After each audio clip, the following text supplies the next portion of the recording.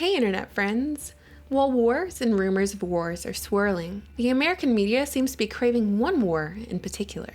A war with a country portrayed as a nuclear threat, with its government accused of funding terrorism. These are thinly veiled war cries being propagated by the same media who never addresses how the United States also funds terrorism, arms extremists, and stages coups abroad. All paid for by your tax dollars, sending us into this endless repetition of the same war, over and over. Wars the majority of Americans don't have to fight or witness firsthand. That's reserved for the young people used as cannon fodder, and when these soldiers return from war as broken pawns in the global scheme, they're treated like trash. That's why today we're going to talk about what the media won't tell us about Iran. Because what's most revealing about the mainstream media's agenda isn't what they do say, it's what they purposefully omit. From what I've observed, when it comes to Iran, our government leaders in the media like to start with 1979, the year of the Iranian hostage crisis, as though Iranians decided out of the blue one day to storm the US embassy and take Americans hostage for 444 days for no reason whatsoever. Because they hate our freedom, right?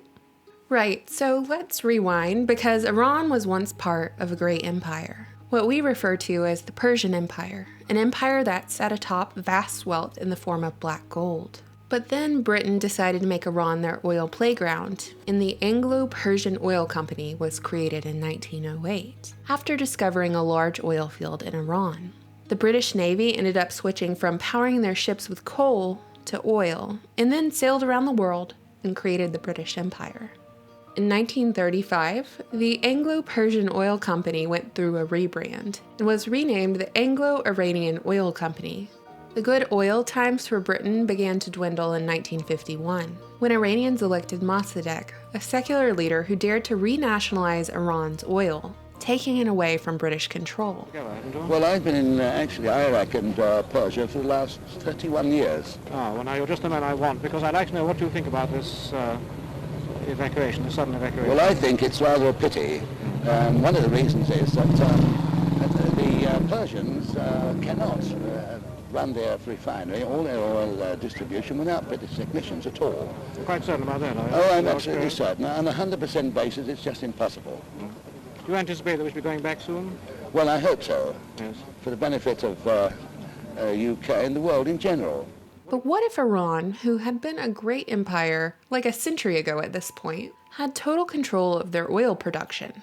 Oh no, we can't have that, especially not post-World War II, when the United States and the UK viewed that precious Iranian oil as a means to rebuild the economy. So, naturally, the United States Central Intelligence Agency, along with the British, carried out a military coup in Iran, overthrowing their democratically elected government in 1953.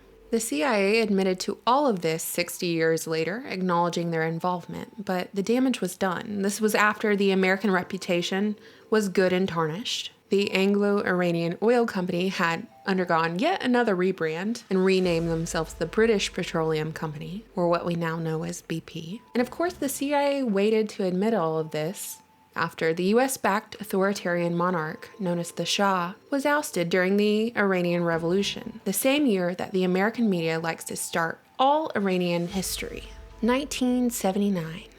The Iranian Revolution yielded several results: a new supreme leader, a new constitution for the Islamic Republic of Iran that was one part theocratic and one part democratic, also the 1979 oil crisis, as well as the start of the Iran-Iraq War, and of course, the Iran hostage crisis. This crisis occurred when a group of Iranian students who supported the revolution took over the US Embassy in Tehran, taking hostage 52 Americans who were both diplomats and citizens. But don't forget, the CIA was still there, in Iran and nearby, financing and arming jihadists in Afghanistan through Operation Cyclone. It's not out of this world to consider that the hostage crisis was also a CIA concoction, as the main beneficiary was George H.W. Bush, who was the director of the CIA in 1977. He served as vice president throughout the 80s and eventually became president of the United States in 1989. The hostage crisis effectively destabilized the Carter administration. And as a side note, there are a series of documents I've listed that support the theory that President Carter was undermined by the CIA faction loyal to George H.W. Bush, both in an effort to keep Iran out of communist grips and also to put George H.W. Bush in the White House. Let us take a moment to summarize before we move on. The Brits were in Iran over a century ago. They got kicked out, and they wanted back in because Iran oil fields were and are a total cash cow. Additionally, American animosity with Iran didn't begin in 1979. It's dishonest of the American media to portray Iran as the sole aggressor, or an unprovoked terrorist state, when Britain had been in Iran all this time, stealing their resources, and the United States played a key role in killing Iran's chance at taking back what was theirs. It wasn't cool. It was total betrayal.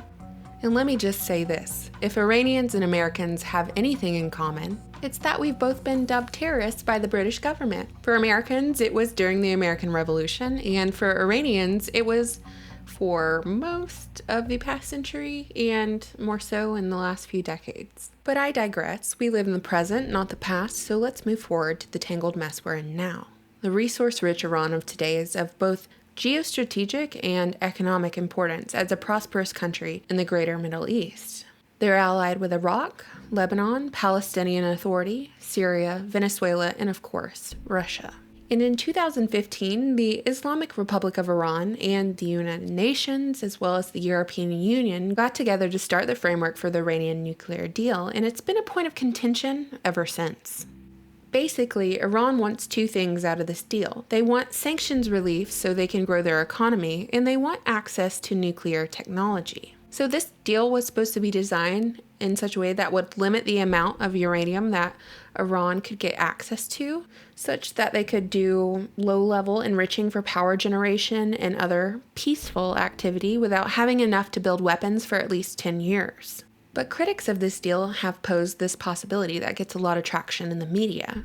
If Iran makes a bunch of money, they might expand their weapons programs, which might lead to Iran's neighbors retaliating should Iran threaten them, thus causing war in the Middle East. But newsflash, war is already happening in the Middle East and has been for some time. And just to be fair, let me ask this question. Why wouldn't Iran want to expand their weapons programs? Last time I checked, Iran wasn't a country of blind or deaf folks, so surely they can look around and see the destruction all around them and hear the war drums beating. Seriously, take a look at their neighbors who are in ruins for dropping the petrodollar. We have Iraq in 2000, invaded by the United States on the false pretense of harboring weapons of mass destruction. The US has been in Afghanistan for the last 16 years. There's an ongoing civil war in Syria. There was a US-backed regime change in Libya in 2010. And in 2016, Iran dropped the US petrodollar in favor of the euro for oil sales. And now, more than ever, the American media is putting the heat on Iran. But if I were Iran, I'd want nukes too. Wouldn't you? Self-preservation at this point. If they're sitting on a big cash pile with no nukes, how much longer do you think they'll have their cash pile? How much longer do you think they'll have their country? Meanwhile, Israel has nukes, doesn't disclose them, and isn't IAEA compliant, meaning they are in direct violation of UN rules and, as a result, cannot receive support from any other country, including the US. But in September of 2016, the United States agreed to provide Israel a record $38 billion in new military aid over the next decade. And what do you know? Israel is on the forefront of promoting a war between the United States and Iran. I wish I didn't have to say that. The same thing over and over in every single video I make about Israel and the United States, but it's the same war over and over with the same aggressors, but a different target each time. It's been outlined by retired four-star General Wesley Clark in an interview he gave detailing that the Bush administration planned to take out 7 countries in 5 years: Iraq, Syria, Lebanon, Libya, Somalia, Sudan, and finally, Iran. Fighting wars for peace seems a bit ridiculous at this point. And the goal of a stabilized Middle East that we destabilized to begin with is equally ridiculous. So what is the true objective of provoking war with Iran? And all these other countries, for that matter. Is it expansion for Israel into the greater Israel? Is the goal for Israel to have total dominance in the Middle East so that the same big name oil families can have control over the oil in the claimed land so they can then take that free oil and sell it at exorbitant prices?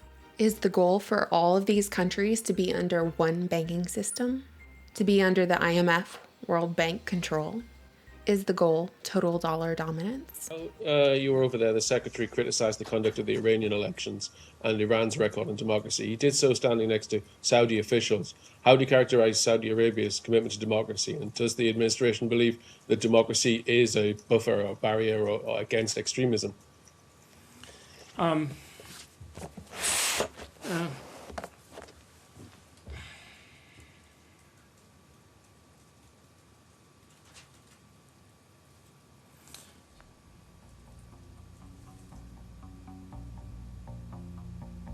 Yes, why won't the American government or the media address why the US continues to undermine and destroy all of the secular and most modern Islamic states while making arms deals and aiding the most repressive and brutal ones? Here's what the American media won't tell you about Iran. The issue is not about nukes. The issue is not really even about Iran.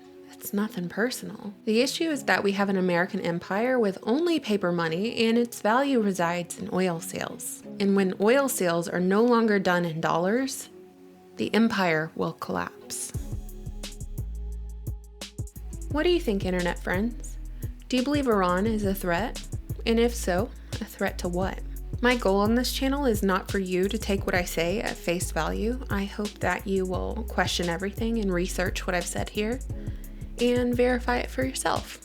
As always, I look forward to your comments. Thank you so much for watching, subscribing, and supporting my channel on Patreon.